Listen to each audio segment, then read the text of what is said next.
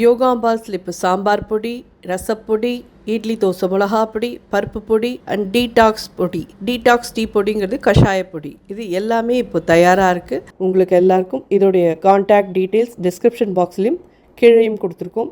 WhatsApp number அது வழியாக நீங்கள் உங்களுக்கு என்ன தேவையோ அதை தொடர்பு கொண்டு நீங்கள் பதிவு பண்ணிடலாம். அதை அனுப்பி வைக்கிறதுக்கு நாங்கள் கடமைப்பட்டிருக்கோம். வணக்கம், நான் உங்கள் அபிமான யோகாம்பாள் சுந்தர். இன்றைக்கும் ஒரு பழைய நாள் டிஷ், பட் இது கேரளா ஸ்டைலோட இது அவள்லாம் ஒன்று பண்ணுவாள். என்னன்னு கேட்டிங்கன்னா, புடலங்காயும் மாங்காயும் சேர்த்து போட்டு பண்ணுற ஒரு மிளகூட்டல்.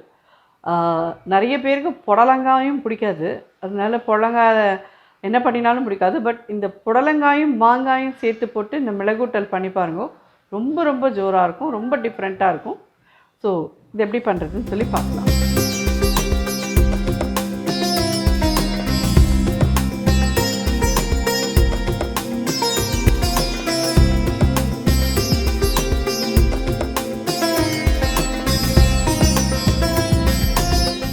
புடலங்காயை இந்த மாதிரி நல்லா வாஷ் பண்ணிவிட்டு நீள நீளமாக கட் பண்ணி வச்சுக்கோங்க.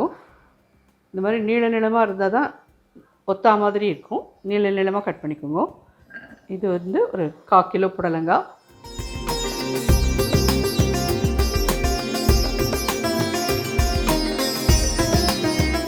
ஒரு சின்ன பிஞ்ச் மஞ்சப்பொடி, ஒரு 1/4 ஸ்பூன் பெருங்காயப்பொடி, பெருங்காய கட்டி உங்கள்கிட்ட எது இருக்கோ நீங்கள் அதை போட்டுக்கோங்க. புடலங்காய் கூட்டுக்கு தேவையான இந்த மிளகூட்டலுக்கு தேவையான உப்பு ஒரு 1/2 டீஸ்பூன் கிட்ட நான் போடுறேன். உங்களுக்கு எவ்வளோ வேணுமோ அது நீங்கள் பார்த்து போட்டுக்கோங்க. இது ஒரு 3/4 பாகம் வெந்ததுக்கு அப்புறமா மாங்காயும் அதே மாதிரி நீள நீளமாக கட் பண்ணி வச்சுக்கோங்க. ஏன்னா இதில் இப்பயே இதை போட்டுட்டோன்னா மசிஞ்சு போயிடும். ஸோ இந்த மாங்காயை இந்த மாதிரி நீள நீளமாக கட் பண்ணி வச்சுக்கோங்க.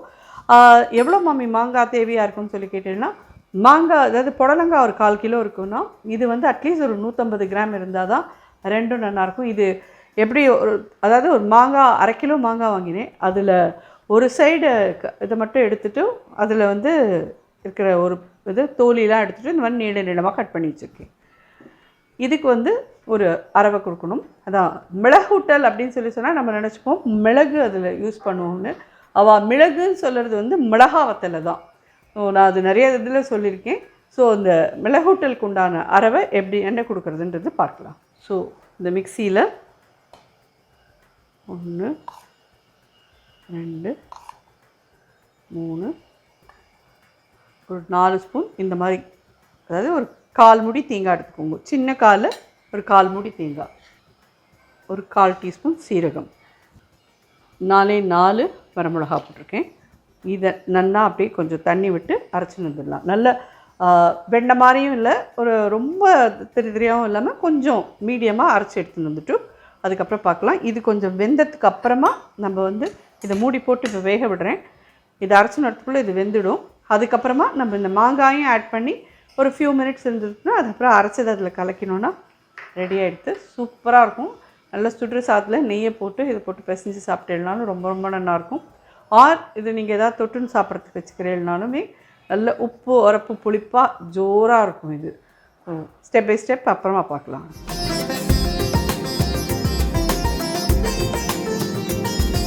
புடலங்காய் நல்லா வெந்துட்டு பார்த்தாலே தெரியும் உங்களுக்கு. இந்த ஸ்டேஜில் மாங்காயை ஆட் பண்ணலாம். இதில்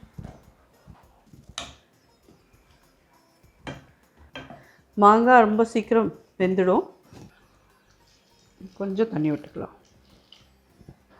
மாங்காய் போட்டு ஒரு 2 மினிட்ஸ் வேக விடலாம். திருப்பி மூடி போட்டு அதுக்கப்புறமா துவரம்பருப்பு ஆட் பண்ணி அரைச்சதெல்லாம் ஆட் பண்ணினோன்னாலே கூட்டு ரெடி. துவரம்பருப்பு பத்தையெல்லாம் நல்லா வேக வச்சு வச்சுருக்கேன்.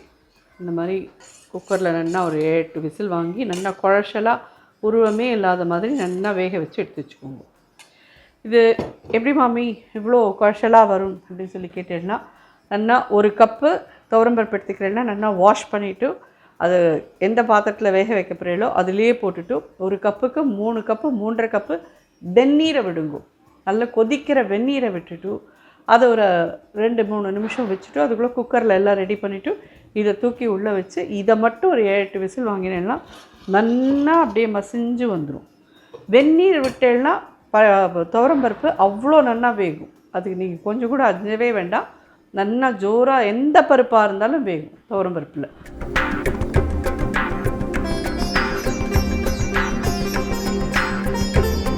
ஸோ இது இந்த மாதிரி நம்ம மிளகூட்டல் மாதிரி பண்ணுறோம். இன்றைக்கி பருப்பெல்லாம் ஆட் பண்ண போகிறோம் இதில். இப்படி இல்லாத இது வெறுமை இதை மட்டும் போட்டு கூட அவியலாக பண்ணுவாளாம். புடலங்காய் மாங்காய் அவியலாகவும் பண்ணுவாள். அந்த மாதிரி உங்களுக்கு பிடிக்கும்னாலும் யூஸ் பண்ணிக்கோங்க. அந்த அவியலுக்கு வெறும் தேங்காய், ஜீரகம், பச்சை மிளகா மட்டும் அரைச்சி விட்டேன்னா போதும். அது கரக்கரப்பாக கெட்டியாக அரைச்சி விட்டுட்டேன்னா போதும். பருப்பெல்லாம் அதுக்கு வேண்டாம். அது இன்னுமே நல்லாவும் இருக்கும். அது ஒரு விதமாக நல்லாயிருக்கும். ஸோ அடிஷ்னலாக இன்னொரு ஒரு ரெசிபி உங்கள்கிட்ட சொல்லலாமே தான். ஸோ நெக்ஸ்ட் இது நம்ம என்றைக்கு பண்ண போகிறோம்னு தெரியாது.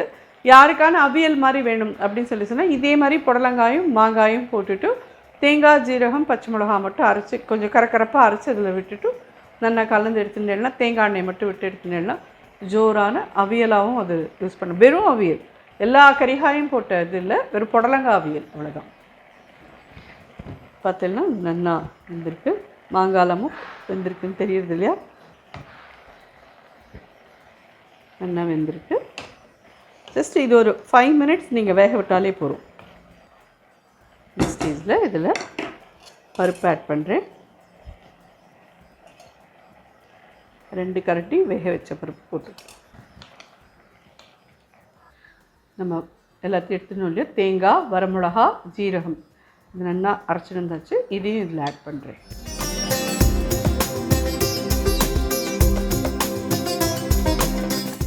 கருவேப்பிலை.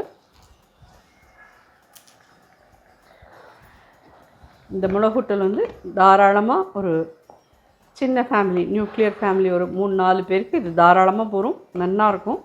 நீங்கள் சுடுற சாதத்தில் போட்டு பிசைஞ்சு சாப்பிட்றதுக்கு இது ரொம்ப ரொம்ப நல்லாயிருக்கும். ஸோ இந்த புடலங்காய், மாங்காய், மிளகுட்டல் ரெடி ஆகிடுது. இதுக்கு தாளித்து கொட்டினோன்னா இது ரெடி. தேங்காய் எண்ணெய் ஒரு 1.5 ஸ்பூன் கிட்டே விட்டுக்கோங்க. ஒரு 1/4 ஸ்பூன் கடுகு, ஒரே ஒரு மிளகாத்தல், ஒரு 1/2 ஸ்பூன் உளுத்தம்பருப்பு,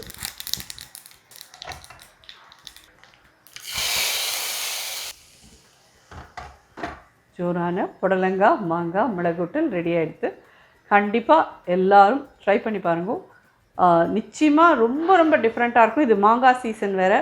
ஸோ மாங்காவை நம்ம என்னெல்லாம் வச்சு பண்ண முடியுமோ பண்ணி சாப்பிட்றணும் இந்த சீசனில்.